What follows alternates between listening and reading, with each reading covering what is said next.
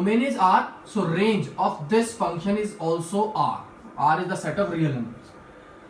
This function domain is R and range is also R. तो हर function के बारे में हम क्या पता करेंगे, इसका डोमेन क्या होगा, इसका रेंज क्या होगा और इसका ग्राफ क्या होगा. Whenever we are drawing the graph of the function, we will put fx equals to y so that we can get the two variables. अच्छा, यहाँ पर एक बात समझने वाली है, very important. ये जो फंक्शन बन रहा है यहाँ पर दो वेरिएबल आ गए. दो वेरिएबल किस तरीके से, this is x and this is y. x की image fx equals to y का मतलब हो गया x की इमेज y हो गई, image of x is y. अब now here we are having two variables, one is dependent, one is independent. So I can say that this input function जिस variable का होता है, फंक्शन जिस variable का होता है उस वो, जैसे यहाँ पर फंक्शन x का है तो x इनपुट हो गए यहाँ पर, we will put the values of x continuously, will put the value of x. So this x I will say that this is independent variable. This is independent variable in all the functions, not in this function, in all the functions. अगर fx equals to y ने put किया, this is input, this is output. So input will be independent variable and the output, this is independent, output will be dependent variable because it is depending on x. x को change करने पर y change हो जाएगा. That means y is depending on x. So x is independent variable, y is dependent variable. Now when I will draw the graph, so what I will do, I will put fx equals to y. Let us draw the graph. So I will draw the graph. I will put fx equals to y. That means this will become, what is fx? fx is x. So I am writing x equals to y. Now this is the function whose graph we have to draw. So we will draw, this is x axis, this is y axis, this is x equals to y, y is equals to x. That means I can say that x minus y equals to 0. अगर आपने table बनाया तो x की value 0 तो y की value 0, x1 तो y भी 1, x2 तो y2, x3 तो y3, x minus 1 तो y minus 1, x minus 2, y minus 2, x minus 3, y minus. That means this will be a line passing through origin. This is the graph of y is equal to fx. This is the graph of y is equal to fx. So this is the graph. So this is the graph for this function. Identity function का ये graph होता है. We will discuss three things in all the functions. That is number one, its domain, its range, and the graph. We'll do 4-5 functions. We'll discuss domain of that function, range of that function, and then the graph of that function. Now I am coming to the second function, that is constant function. Constant function. Second is constant function. The constant function is f r to r such that fx equals to c. This is constant function. Input कुछ भी हो, output सिर्फ एक ही number मिले. Output is a constant. Input 1 हो, 2 हो, 3 हो. That means I can say यहाँ पर f1 क्या होगा, f1 will be c, f2 will be c, f3 will be c, f10 will be c, f minus 1 will be c, f minus 4 will be c. This is a constant function. Input चाहे कुछ भी हो, output मुझे एक ही number मिले.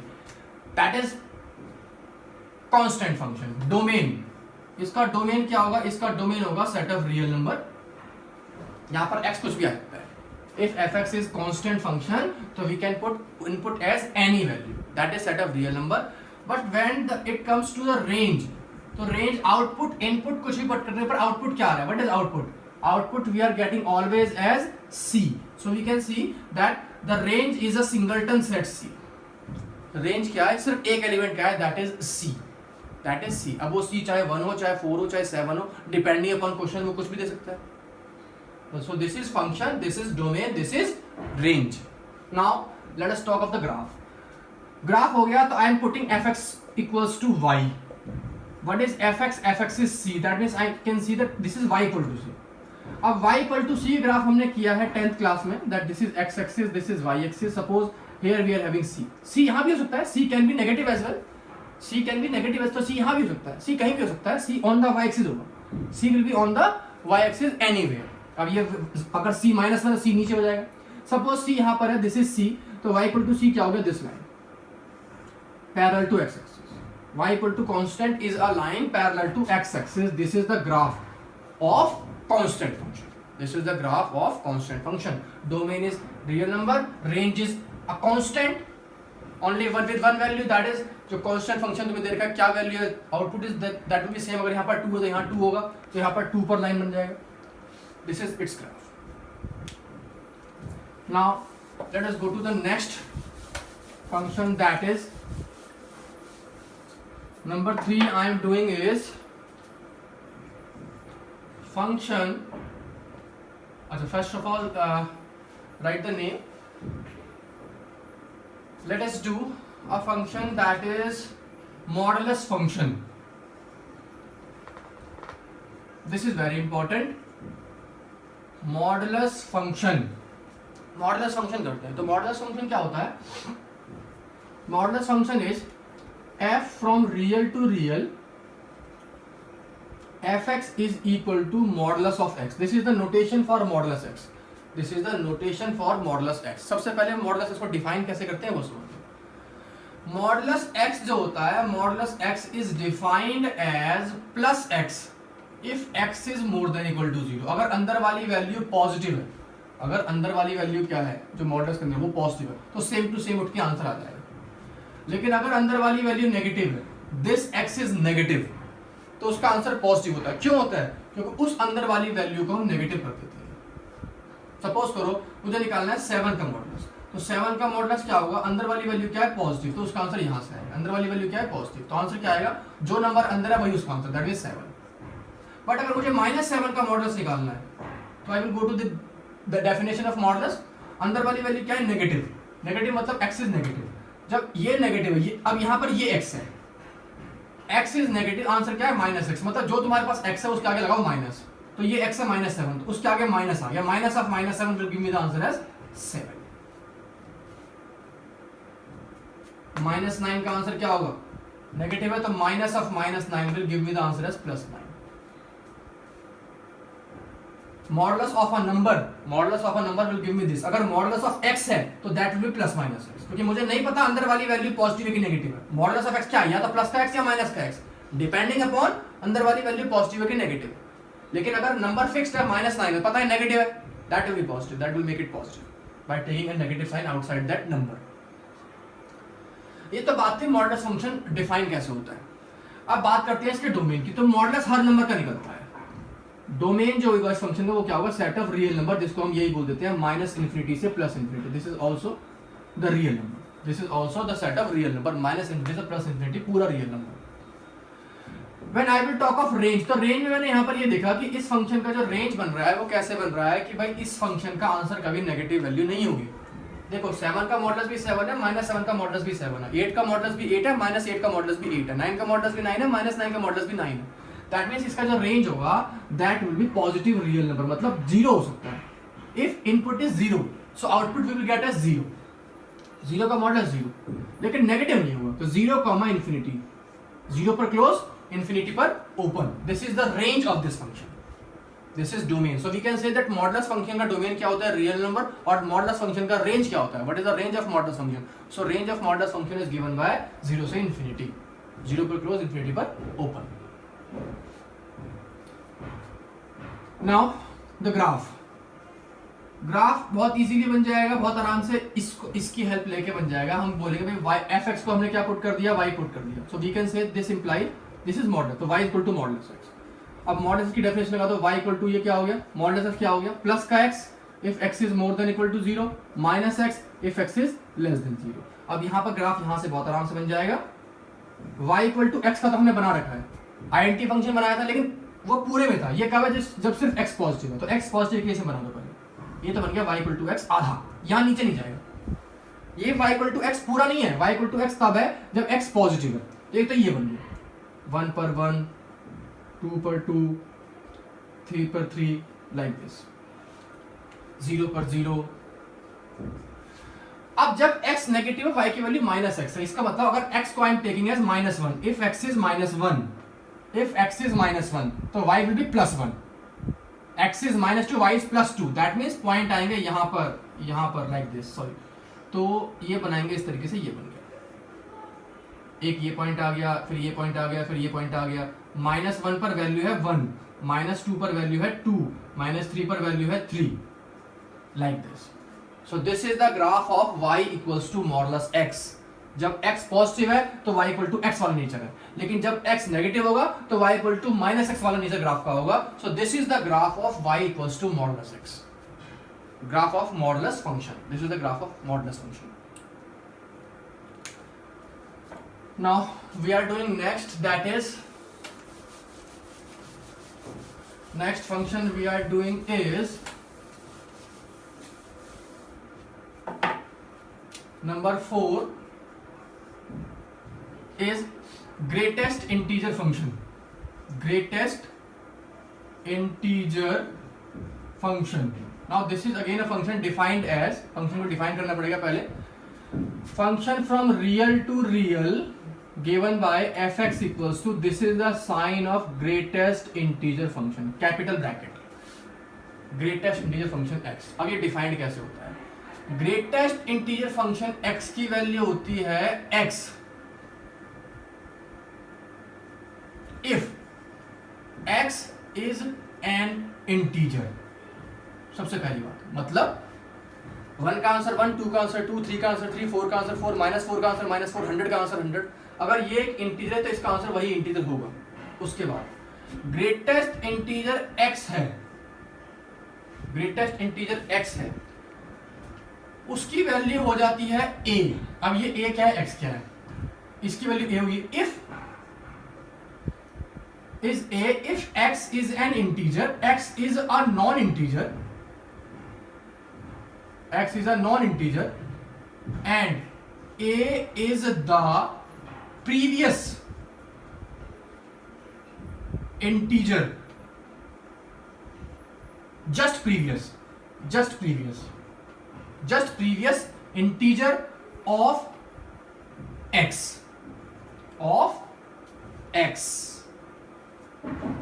इसकी value a होती है. जहां पर x क्या है, x तो होना, अगर x इंटीजर है तो उसका आंसर तो x ही हो गया.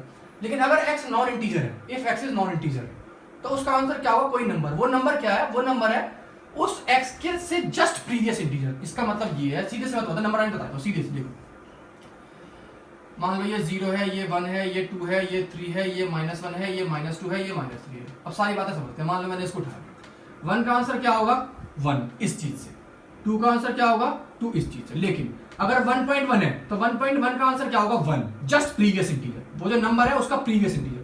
1.2 का आंसर क्या होगा, 1. 1.3 का आंसर क्या होगा, 1. 1.5 का आंसर क्या होगा, 1. 1.9 का आंसर भी 1 होगा, 2 नहीं होगा. जस्ट प्रीवियस का है मैंने, उससे पहले वाला जस्ट प्रीवियस. 1.9 का आंसर 1. जैसे 1.99 है, उसका आंसर भी 1 ही होगा. 2 का आंसर 2 हो जाएगा.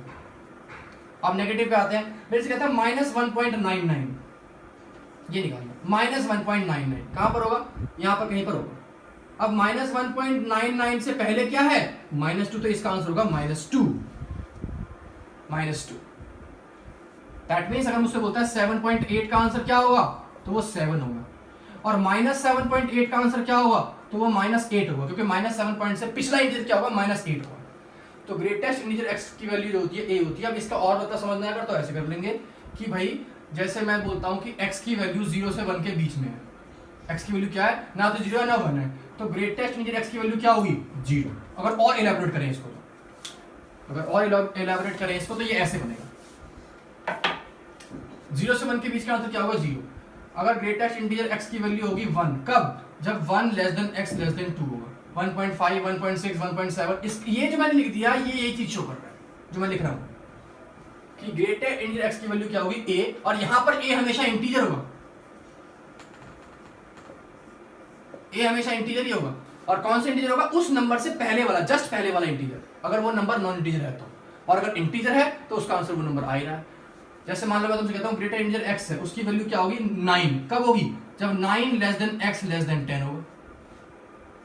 अगर x जो है वो -2 से -3 के बीच में है, तो इसकी वैल्यू क्या होगी, -2 होगी. अगर -2 से -3 के बीच में है, सपोज करो, सॉरी उल्टा लिख दिया इसको, -3 उल्टा लिख दिया, दिस इज रॉन्ग. x जो होगा वो होगा -3 से -2 के बीच में. पहले नंबर आता है छोटा, ये छोटा है, ये बड़ा है, तो इसका आंसर -3 होगा. if x is in between -3 and -2, then its answer will be -3.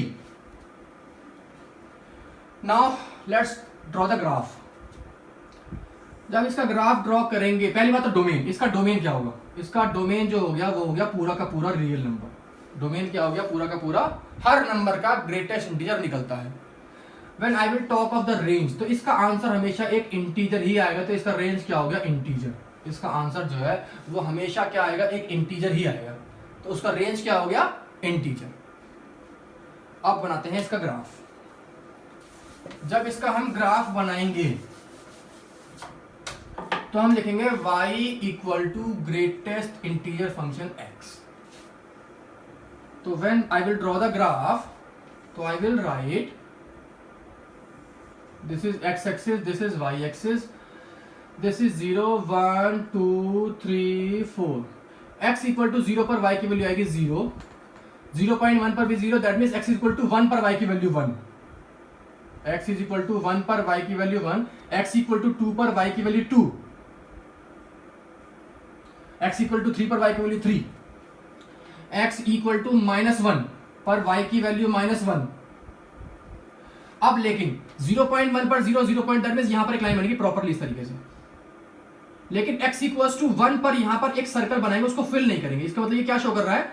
x equal to 1 पर हम we will make a circle, small circle, it will not be filled because x equal to 1 पर y की value 1 नहीं है, x equal to 1 पर y की value 1 है, तो यहां से स्टार्ट होगा। फिर 1.1 पर 1, मतलब 1 और 2 के बीच में फंक्शन क्या है? Constant function. जैसे मैं 1 और 2 की बात करता हूं तो इसकी वैल्यू क्या होगी? यहां पर मैं बोलूंगा इस y की वैल्यू क्या हो जाएगी? 1। कब? जब x 1 से 2 के बीच में। इसकी वैल्यू की 2 कब? जब x 2 से 3 के बीच में। इसका मतलब 1 से 2 कांस्टेंट फंक्शन, कांस्टेंट मतलब पैरेलल टू x एक्सिस, इस तरीके से बन जाएगा। लेकिन 2 पर सर्कल बना के उसको फिल नहीं करेंगे क्योंकि x की वैल्यू 2 पर y की वैल्यू 2, फिर 2 से फिर कांस्टेंट 3 तक, तो 3 तक ले गए, उसको बना दिया सर्कल, उसको फिल नहीं किया, और इस तरीके से चलता रहेगा लाइक दिस। और यहां भी चलेगा। अब यहां बन गया -1 से जाएगा, इस तरीके से पूरा जाएगा यहां तक। ये -1 पर बनेगा, उसको फिल नहीं करेंगे क्योंकि x इक्वल्स टू 0 पर y की वैल्यू 0 थी, इस यहां पर फिल कर रखा है। ये this is filled, this is filled, this is showing that when x is 1 y is 1, x is 2 y is 2, when x is 0 y is 0, when x is 1 इसको फिल नहीं किया है, मतलब x की वैल्यू 1 पर y की value 1 है। ऐसे सेम नीचे बन जाएगा, -2 पर आएगा यहां पर, तो यहां -2 से स्टार्ट होगा, -2 पर फिल्ड हो गया, और यहां तक जाके यहां पर ये फिल्ड नहीं होगा। तो this will be the graph of modulus function. इसको हम स्टेप फंक्शन भी बोलते हैं, स्टेप फंक्शन, ऐसे स्टेप्स बने होंगे इसके अंदर। इसके ग्राफ में इंटीजर वाले पॉइंट पर ब्रेक आ रहा है, इसके ग्राफ में इंटीजर वाले पॉइंट पर क्या आ रहा है? ब्रेक आ रहा है, हमें पेन उठाना पड़ रहा है। इसको डिसक्वांटिटी भी बोलते हैं, वो हम डिस्कस करेंगे 12th क्लास में। So this was about the greatest integer function, its domain is a real number, its range is integers, and this is its graph, this is till 1 only। now 1 के बाद function graph यहां से जा रहा है like this, और ये बनता ही रहेगा, ऐसे ही बनता ही रहेगा आगे तक।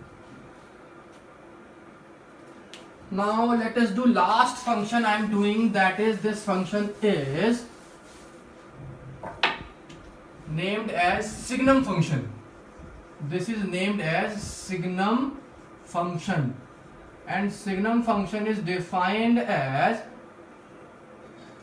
f from real to real such that fx is equal to, अब यहाँ पे दो बातें हैं, mod x upon x जब x not equal to 0 है, और जब x 0 है तो वो 0 होता है। यहाँ पर इसने नॉन 0 कर दिया क्योंकि अगर यहाँ पर x 0 होगा तो ये फंक्शन डिफाइंड ही नहीं होगा, इसलिए इसने क्या किया, इस फंक्शन ने क्या किया, x इक्वल टू 0 पर फंक्शन को 0 पहले बोल दिया अलग से, और जब x 0 नहीं है तो फंक्शन ये है। This is the definition of, this is the signum function. Signum function की जैसे मॉडुलस फंक्शन होता है, मॉडुलस है, ग्रेटेस्ट फंक्शन होता है, ऐसी सिग्नम फंक्शन की ये डेफिनेशन है। This is signum function.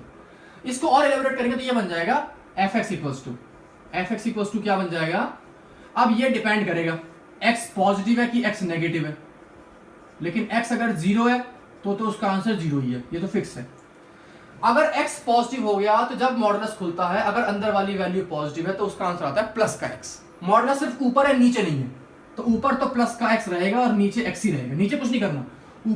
ऊपर से मॉडुलस हटा, आंसर x आया, क्यों? क्योंकि x पॉजिटिव है, तो इसका आंसर तो 1 आ गया। लेकिन अगर अंदर वाली वैल्यू नेगेटिव है तो मॉडुलस खुलने पर माइनस एक्स हो जाएगा। ये ऊपर माइनस एक्स और नीचे कुछ नहीं, क्यों? क्योंकि नीचे मॉडुलस नहीं है, नीचे एक्स ही रहेगा। तो ये कट के इसका आंसर आ गया -1। एक बार फिर सुन लो ये बात, अगर अंदर वाली वैल्यू पॉजिटिव है मॉडुलस एक्स की वैल्यू क्या हो जाएगी? Plus x upon plus x, that will give me the value as 1। लेकिन अगर अंदर ये वही डेफिनेशन ऑफ मॉडुलस, मॉडुलस हमने किया था, क्या किया था? This is plus x minus x, अगर एक्स पॉजिटिव है अगर एक्स नेगेटिव। यहाँ पर इक्वल था इसमें, लेकिन इक्वल पर फंक्शन वैसे अलग डिफाइंड है। तो यहाँ से मान लो मैंने इक्वल हटा दिया, तो अब देख लो जब x पॉजिटिव है तो ये प्लस का x अपॉन ये तो सेम x ही रह गया 1, x नेगेटिव है तो माइनस x अपॉन ये x का x ही रहेगा, क्योंकि मॉडुलस हट रहा है सिर्फ। तो ये 1 हो गया, -1 हो गया, 0। फटाफट करेंगे डोमेन। तो इसका डोमेन तो हो गया रियल नंबर्स, इसका रेंज क्या होगा? इसका रेंज होगा 3 सेट, 3 एलिमेंट वाला सेट। क्या? -1, 0, 1। और कोई आंसर आई नहीं रहा इसका? x अगर 4 है उसका आंसर 1 है, x अगर 5 है उसका आंसर 1 है, 6 है उसका आंसर 1 है, अगर x -6 है उसका आंसर -1 है, x अगर x नेगेटिव है आंसर -1 है, x पॉजिटिव पर आंसर 1 है और x 0 पर आंसर 0 है। तो रेंज में सिर्फ 3 एलिमेंट आएंगे, ये 3, और डोमेन तो रियल नंबर का है ही है। इसका ग्राफ बनाएंगे फटाफट, तो बहुत आसानी से बन जाएगा। ये x हो गया, ये y हो गया, इसको मैंने y ले लिया, y = fx दिस। तो y = 1, y = 1 मान ले, यहाँ पर y = 1 है। कब है? जब x पॉजिटिव है। तो ग्राफ ये बन गया। यहाँ पर बनाएंगे सर्कल, उसको फिल नहीं करेंगे, यहाँ बनाएंगे उसको फिल कर देंगे। क्यों? क्योंकि जब x 0 है तो y 0 है, व्हेन x is 0 तो y 0, दैट मींस x = 0 पर y 0। यहाँ पर फिल नहीं करेंगे। जब x 0 से बड़ा है तो y की वैल्यू 1 है, कांस्टेंट फंक्शन है। क्या है? Constant function. एक यहाँ बन जाएगा -1, यहाँ बनाएंगे सब, उसको फिल नहीं करेंगे। x negative -1, -2, -3, 1, 2, 3। x positive y = +1, x negative y = -1, x 0 y 0। This is the graph of this signum function. So today we discussed 5 functions and their graphs. This is all. In the next class we will discuss few more points regarding the function, few more questions regarding the function. Okay, thank you.